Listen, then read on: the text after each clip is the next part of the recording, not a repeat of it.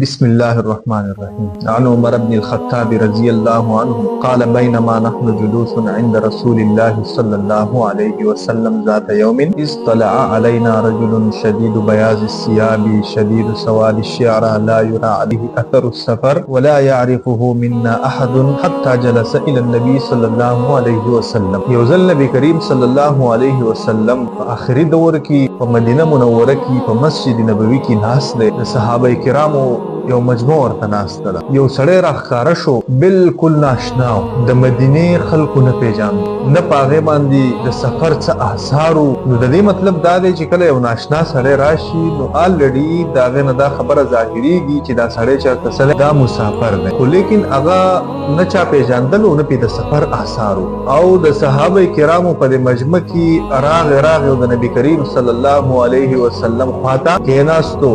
ډېر په ادب سره، ډېر په عاجزۍ سره، ډېر په صفایۍ سره د علم چې کوم آداب دي نو په هغې سره مزین راغی او د نبی کریم صلی الله علیه وسلم خواته کېناستو.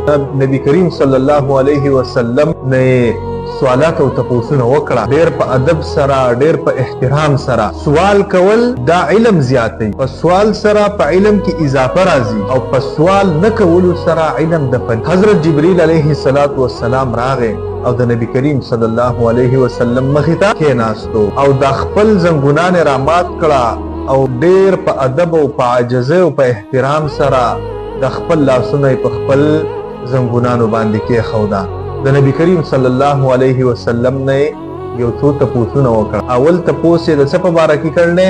د اسلام په باره. دویم تپوس یې د نبی کریم صلی الله علیه وسلم نه د ایمان په باره کې کړلی. دریم تپوس یې د نبی کریم صلی الله علیه وسلم نه د احسان په باره کې کړلی. نو که دین دا یو ونه ده نو دا اسلام د دغه ونې جړ دي او دا ایمان د دغه ونې تنه ده، احسان د دغه ونې میوه ده.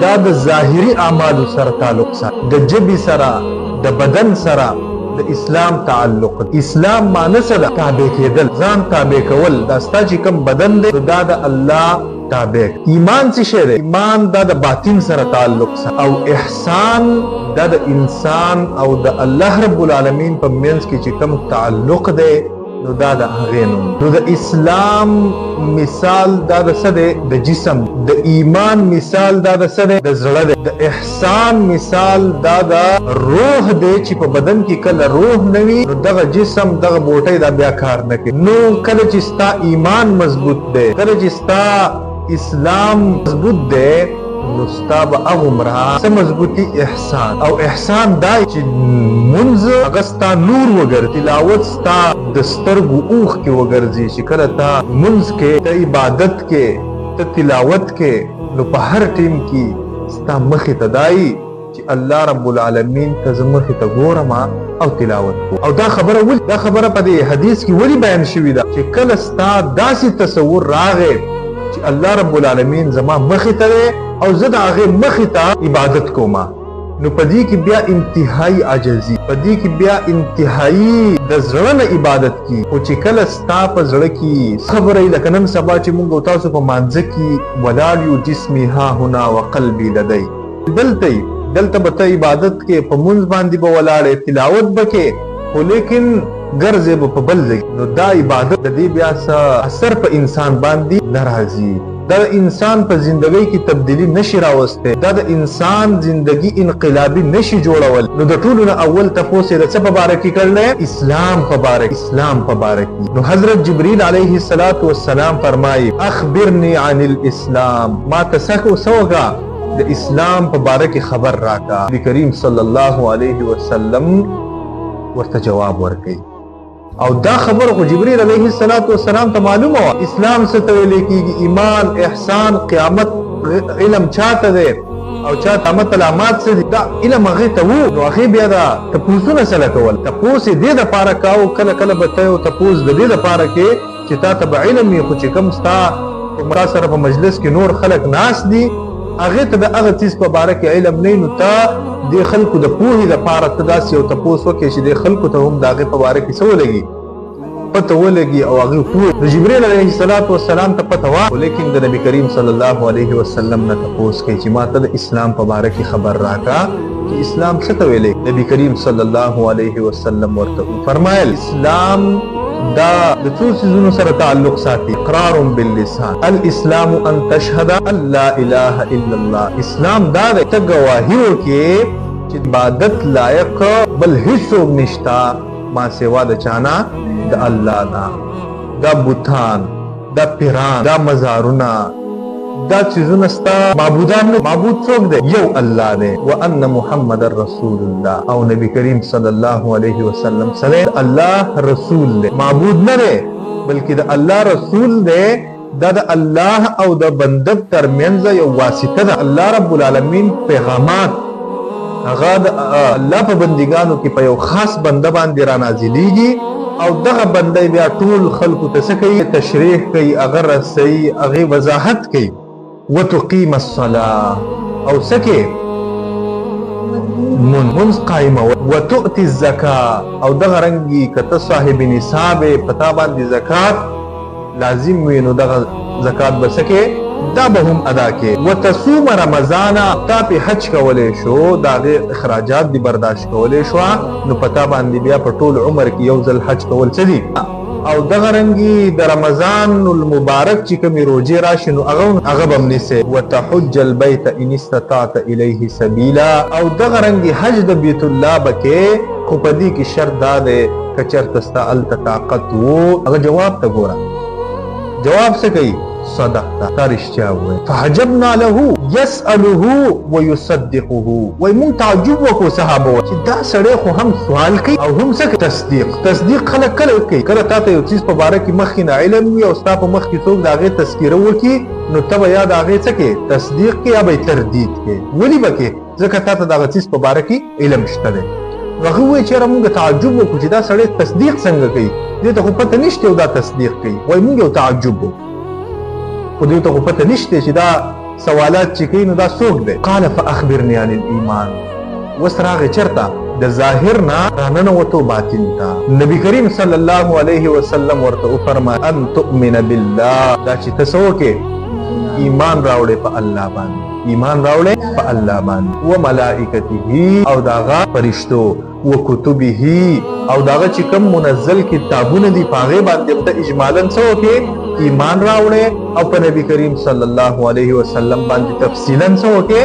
ایمان راوړې. او په قرآن مجید باندې. والیوم الاخر، او په ورځ د آخرت باندې. وتؤمن بالقدر خیره وشره، او ته د الله رب العالمین په تقدیر باندې چې تا ته کم خیر در رسی کم شر در رسی او ته په دې باندې دا عقیده وساتې چې دا د چا د طرف نه وي؟ دا د الله رب العالمین د طرف نه وي. قال صدقتا، جبريل علیه السلام بیا څه وکړو؟ تصدیق وکړو، تا رښتیا وویل. قال فاخبرني عن الاحسان. وس دا احسان دا د اسلام او د ایمان یو ثمره ده. څومره ستا ایمان او ستا اسلام مضبوط وي نو دغومره به ستا په احسان کې قوت او طاقت وي. احسان څه ته ویلی کېږي؟ ان تعبد الله کأنک تراه. عبادت داسې وکړه گویا چې ته الله رب العالمین ته ګورې. څنګه؟ مثال درته ووایم، ته چې کله سرکاري او نوکري کې نو چې کله تا ته اوس فرض کو وزیر اعظم دا ستا مخې ته یا تا باندې راشي او ته خپل په ډیوټۍ کې او ته به دغه ډیوټي څومره په اخلاص سره کې، څومره په دل لګن سره به دغه ډیوټي کېده، خو که چېرته هغه لاړ شي نو بیا به څه بیا به ته هغه شانتي په شوق سره دا ډیوټي نه کې. نبی کریم صلی الله علیه وسلم فرمایي چې احسان دې ته ویل کېږي چې کله ته عبادت کې نو هغه په شوق سره، هغه د زړه په لګن سره په دې سره کوه. فإن لم تكن تراه فإنه يراك. او که چرته ستا نظریه ستا سوچ دا دومره نه برابرېږي چې الله رب العالمین که زه ګورم نو بیا خو دومره تصور وکړه او دومره عقیده ساته چې الله رب العالمین هر قیمتي تا ته ګوري او الله تا ویني نو ته څه وکړه؟ عبادت په اخلاص سره کوه. قال فاخبرني عن الساعه. بل تپوس دې کوي چې ما ته د قیامت په باره کې خبر راکړه چې قیامت به کله وي. قال ما المسؤول عنها باعلم من السائل. نبی کریم صلی الله علیه وسلم ورته فرمایل چې د چانه چې تپوس کړي شوی دی هغه زیات علم نه لري د چانه د سوال کوونکی نه. یعنی سوال کوونکی تم دا پته ده چې د دې علم صرف د چا سره دی؟ د الله رب العالمین. ها نبی کریم صلی الله علیه وسلم بعضی علامات چې دي نو هغه څه کړي بیان کړي دي. او په علم غیب کې دا شرط دی چې دا علم بستا خپل دا به تاسو چا درکړي نه د څه اعلی سره به داغه تعلق نه. دوی نبی کریم صلی الله علیه وسلم په آینده زمانه کې کم چیزونه راځي او داغه موږ ته پیشنګویا نکړل دي نو دې ته موږ علم غیب نشو ویلې. ولی ځکه دا ور الله رب العالمین ورکړي دا ورته خودلی خو د قیامت علم چې په کوم ورځ برازي په کوم ټیم برازي دا چاته نه دی خولی. دا صرف او صرف چاته معلوم دی؟ الله تعالی. جبريل علیه السلام ورته فرمایي ټیک ده د قیامت په باره کې خو علم نشته خو لیکن دا راته وایا چې د دې بدنخي څه دا به کله راځي دا قیامت. ورته ویل فاخبرني عن اماراتها ما ته د دې قیامت په د نخو په باره کې خبر. قال أن تلد الأمة ربتها وأن ترى الحفاة العراة العالة رعاء الشاء يتطاولون في البنيان. نبی کریم صلی الله علیه وسلم ورته فرمایل أن تلد الأمة ربتها کلا بنزا خپل سوځيږي بلا سردا. مطلب دا دی چې کله بچی څه شي نافرمان سماجی تربیت چې دینو هغه بګړاو خلق د مشرانو خبره نه مني. کشران به مشرانو باندې اډر چلی هو ان تر الحفاة العراة العالة او تب وینه سوغ یبلغ پو بربند خلق دغرنگی محتاج خلق رعاء الشاء او چلی سرون کی خلق یتطاولون فی البنیان و ادا بمالدار یو بیا آبادیانو کې د یو بل سره سکه قابلیت بکې. یو بوای چې زما بیلډینګ غټو یو بل بوای چې زما بیلډینګ غټو او غنن سبا موږ تاسو وینو چې دا ډیر علاقې دا سوي چې په دې باندې مخکینی مشران خلک وایي چې یاره دلته هیڅ آبادی نه و او نن سبا الته غټ غټ ښارونه جوړ شوي او د یو بل سره په دې کې مقابله کوي چې یاره پلان کې سړی زمانہ خکور جوړ کو نو زه به څه کوم د هغې نه به خکور جوړوم. اگر چې جماعتونه او مدرسې دا په چاندو دي چلی د لپاره به چاندې کوي لیکن خپل کور چې دی نو هغه د ټول نه بهترین جوړي. او عجیبه خبره ده د جماعتونو لپاره څه کوي نن سبا خو د بعضي قاریانو هم کار پرېښی که نه دا ماشومان راغونډ کړي او بس قرآن یې ورله ورکړی او ته قرآن مخې ته کوي چې د دې په وجه باندې موږ ته څه وکړي زموږ څه امداد وکړي موږ دا مدرسه جوړو. هلکه مدرسې ډېر شي دي مدرسې ډېر شي دي که ستا وس او طاقت کېږي او چاته ضرورت دي نو بس جوړه دي ته پکې د علم کار کوه علم خدمت کوه. او که چېرته هغوی ته نه ضرورت شته دی یا خو حقیقت کې داسې محلې والے چې دي نو هغه غریبانان یا هغوی ته ضرورت دي بیا په کار د سړی په یو مناسب طریقې سره لاړ شي او د هغې دپاره د چا نه د اعانت اپیل وکړي چاندې راغونډوي نو دا کار ټیک نه. ثم انطلقا نو وایي دا سړی څه شو دا بیا فلبثت ملیا وایي مونږ څه ټیم تېر کړو څه زمانه تېره شوه. ثم قال وایي بیا نبی کریم صلی الله علیه وسلم ما ته فرمایل تو وای عمر رضی الله تعالی عنہ فرمایل یا عمر اتدری من السائل اے عمر آیا تدا سوال کوونکې دا چې چا زمانه سوالات کولا دا سړی ته پیژنې او کنه. قلت الله ورسوله الله او رسول خدمت هیڅ پته نشته چې دا سړی څوک و. قال فانه جبريل اتاکم یعلمکم دینکم چې دا خو جبریل راغلی او تاسو ته څه کوله دین